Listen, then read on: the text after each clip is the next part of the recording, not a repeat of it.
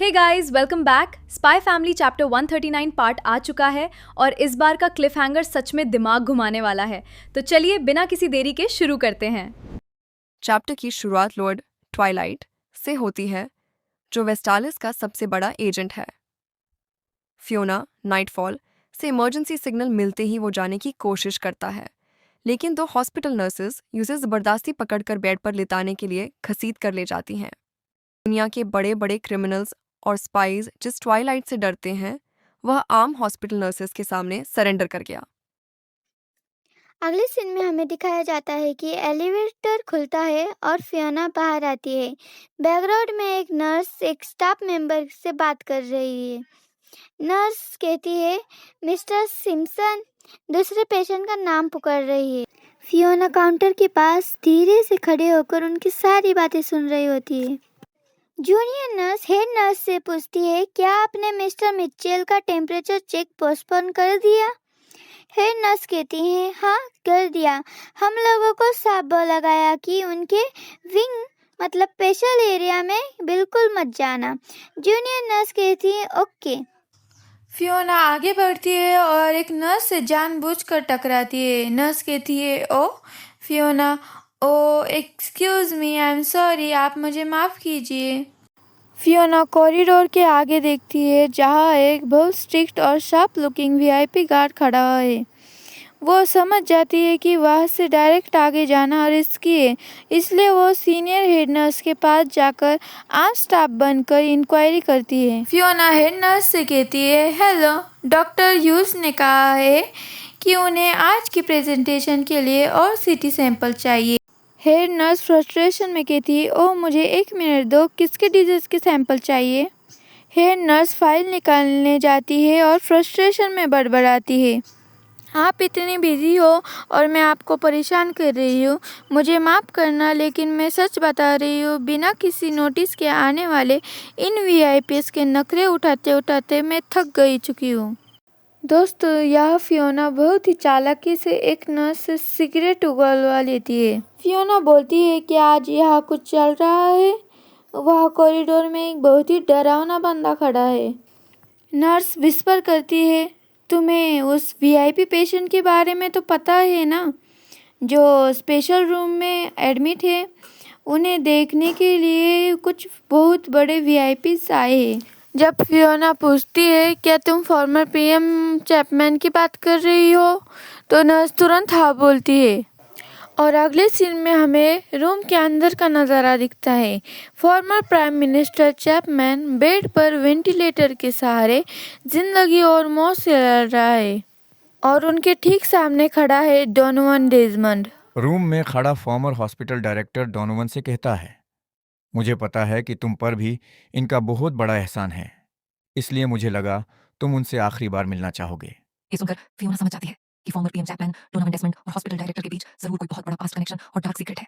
Fiona nurse से पूछती है, मैंने सुना है कि फॉर्मर हॉस्पिटल डायरेक्टर भी आए हैं। नर्स, हाँ, वो अभी उनसे मिलने गए हैं और एक दूसरे बड़े वीआईपी बिगविग भी आए हैं।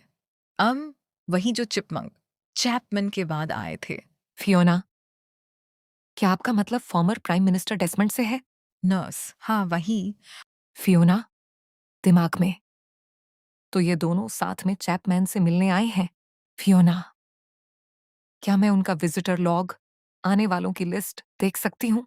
नर्स, वैसे हेड नर्स ने बोला है कि उन्हें भी नहीं पता कि कौन कौन आ रहा है।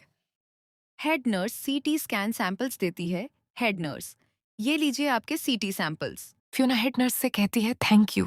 हेड नर्स, मिस्टर चैपमैन की फैमिली रिक्वेस्ट पर वहाँ सीवियर रिस्ट्रिक्शंस, खतरनाक स्ट्रिक्टनेस हैं, इसलिए ज्यादा लोग नहीं आते और आइंदा भी नहीं आएंगे। आखिरकार उनकी कंडीशन को सीक्रेट रखा गया है क्योंकि उन्होंने ही वॉर स्टार्ट करवाई थी। और तभी रूम के अंदर से डोनोवन डेसमंड की ठंडी और क्रीपी आवाज आती है। वो कहता है, हाँ बिल्कुल, मैं उनका बहुत बड़ा कर्जदार हूं। ये लाइन बताती है कि डेसमंड के बाहर और पॉलिटिक्स के पीछे चैपमैन का कितना बड़ा हाथ था। फियोना, क्या डॉक्टर ब्रूकस ही मिस्टर चैपमैन के मेन लीड फिजिशियन प्राथमिक डॉक्टर हैं? Head nurse? हाँ, लेकिन हॉस्पिटल डायरेक्टर ने स्ट्रिक्टली मना किया है कि किसी भी मेडिकल इमरजेंसी के अलावा उन्हें भी अंदर मत जाने देना। ये सब कितना झंझट वाला काम है। फियोना सोचते हुए, अगर ट्वाइलाइट लॉयड यहाँ होता तो वह लीड डॉक्टर का रूप धर डिस्गाइज कर सकता था, लेकिन यहाँ तो खुद हेड डॉक्टर को ही अंदर जाना अलाउड नहीं है, तो ये प्लान भी किसी काम का नहीं।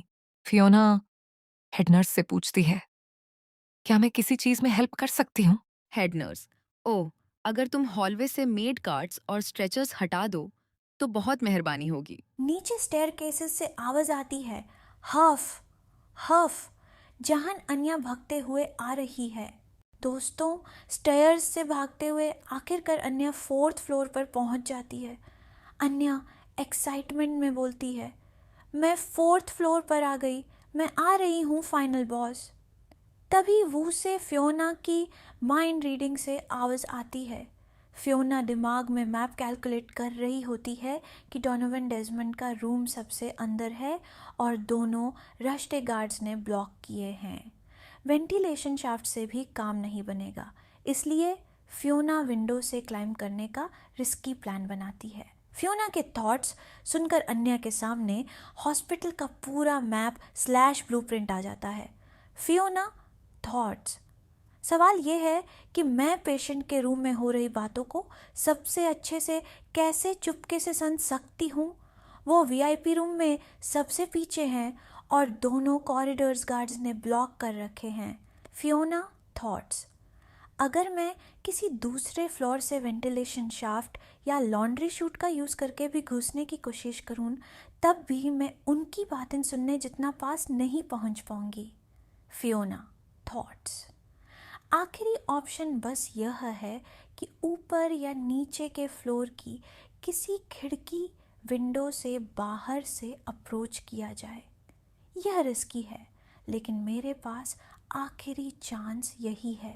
अन्य सोचते हुए, मैं फाइनल बॉस के सामने डायरेक्ट नहीं जा सकती क्योंकि रास्ता ब्लॉक है। अन्य को कॉरिडोर में एक छोटी पेशेंट बच्ची दिखती है।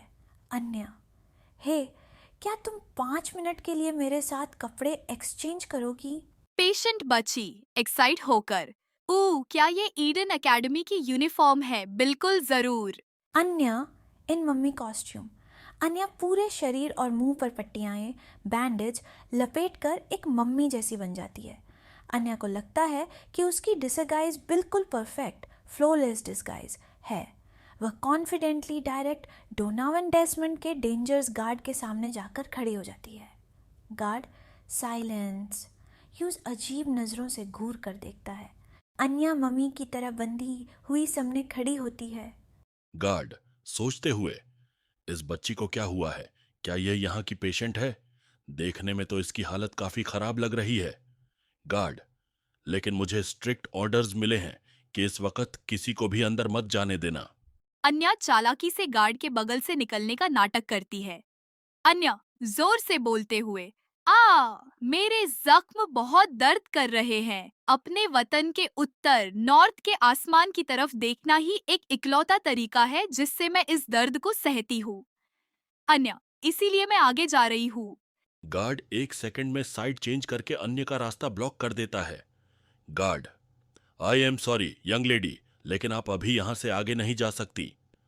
गार्ड साथ में डायरेक्शन पॉइंट करते हुए, और हाँ, नॉर्थ उस तरफ है। अन्या घबराकर, अन्या पॉकेट से एक कांचा मार्बल निकालकर जमीन पर फेंकती है। अन्या ड्रामा करती है, ओह, यह कांचा ही मेरे पास उसकी आखिरी याद है और अब यह उछल कर आगे जा रहा है। मुझे इसे लेने के लिए तुम्हारे पास से भागकर जाना पड़ेगा। गार्ड बिना हिले हाथ आगे करके हवा में ही कंचा पकड़ लेता है। शप। अन्या गार्ड को डिस्ट्रैक्ट करके आगे निकलने की कोशिश करती है, लेकिन गार्ड हर बार फास्ट रिफ्लेक्स से उसे रोक लेता है। अन्या लेफ्ट जाती है, गार्ड हाथ आगे करके ब्लॉक कर देता है। अन्या राइट जाती है, गार्ड वहाँ भी ब्लॉक कर देता है। अन्या फास्ट डोर ट्राई करती है, गार्ड के हाथ मैक 1 स्पीड में मूव होते हैं। Multiple hands effect. गार्ड की स्पीड देखकर आन्या दंग रह जाती है। आन्या आंपते हुए, हप हप, यह बंदा तो बहुत ज्यादा शार्प है। आन्या पीछे हटने लगती है। गार्ड सोचते हुए, यह क्या था? क्या यह सिर्फ खेलना चाहती थी? लेकिन चाहे सामने कोई बच्चा ही क्यों ना हो, मुझे अपना गार्ड डाउन, ध्यान भटकना नहीं करना चाहिए। अब आन्या उस लड़की के पास वापस आ जाती है अपना आउटफिट चेंज करने के लिए और सोचती है नहीं, इससे कुछ नहीं होगा। उनके मन की बात सुनने के लिए मुझे और पास जाना होगा। वो पेशेंट लड़की आन्या से बोलती है थैंक यू, काफ़ी मज़ा आया। अब सीन शिफ्ट होता है हॉस्पिटल के बिल्डिंग पर। हम देखते हैं फियोना 3rd फ्लोर में आ गई होती है और बोलती है लगता है ऊपर वाले कमरे में कोई भी नहीं है। वो डिवाइस को सेट करती है और विंडो पर शूट करती है और ईयरफोन अपने ईयर में लगाती है और सोचती है आइडियल सिचुएशन में मैं माइक को सीधा उसके रूम की खिड़की पर लगाना चाहती थी, लेकिन मुझे पूरा यकीन है कि उसके गार्ड उस पर नजर रखे हुए हैं। पता नहीं ये उनकी आवाज़ पकड़ पाएंगा कि भी नहीं, लेकिन वॉशरूम की छोटी खिड़की से करना ज़्यादा सेफ रहेगा। हमें चैपमैन के विजिटर्स की पोजीशन दिखाई जाती है। फियोना सोच रही होती है मुझे आवाज़ तो सुनाई दे रही है जो मुझे लगता है कि इंसानों की है, लेकिन जैसा मुझे डर है कि यह पहले की तरह वॉर ना चालू कर दे। सीन पेशेंट रूम में आता है। बेड पर पड़े पेशेंट को देखकर डोनोवन डेजमंड पूछता है, मैं सोच रहा हूं कि अभी इनके दिमाग में क्या चल रहा होगा। इस पर वहां खड़ा डायरेक्टर जवाब देता है, मेडिकल साइंस के हिसाब से तो ये कुछ नहीं सोच रहे, शायद नर्क के सपने देख रहे होंगे। और तभी डेजमंड बेड पर पड़े उस बीमार आदमी को देख कर मन में सोचता है, कितना बेचारा आदमी है। वहां दूसरी तरफ हमारी आन्या ऊपर वाले फ्लोर पर पहुंचती है। आन्या दरवाजा खोलने की कोशिश करती है। वाह, इनके ऊपर वाला कमरा तो खुल ही नहीं रहा। आन्या मन में, फाइनल बॉस तो ठीक मेरे नीचे होना चाहिए। शायद ये काफ़ी दूर है, लेकिन अगर मैं बहुत मेहनत करूं तो शायद मैं उनकी आवाज़ सुन पाऊँ। आन्या ध्यान लगाते हुए, मुझे पूरा ध्यान लगाना होगा।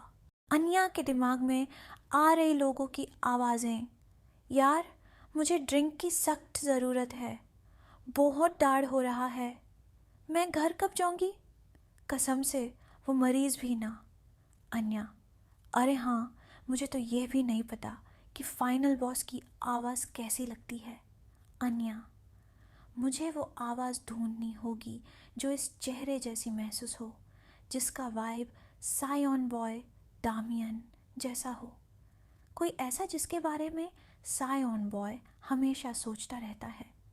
आन्या कॉरिडोर के बीच में खड़ी होकर अपनी आंखें बंद करती है और अपनी टेलीपैथिक पावर्स को 100% कैपेसिटी पर पुश करती है।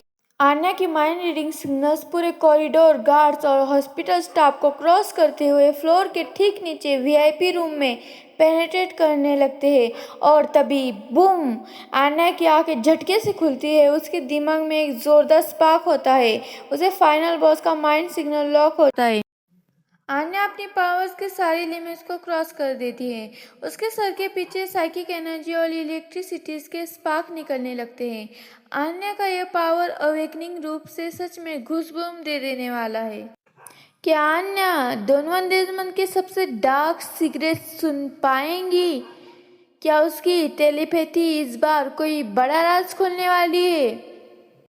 ये सब पता चलेगा अगले चैप्टर में। If you liked Anya's epic power-up scene, then definitely and for more Hindi breakdowns of Spy X Family's upcoming chap channel and hit the bell icon. See you in the next video. Until then, bye-bye.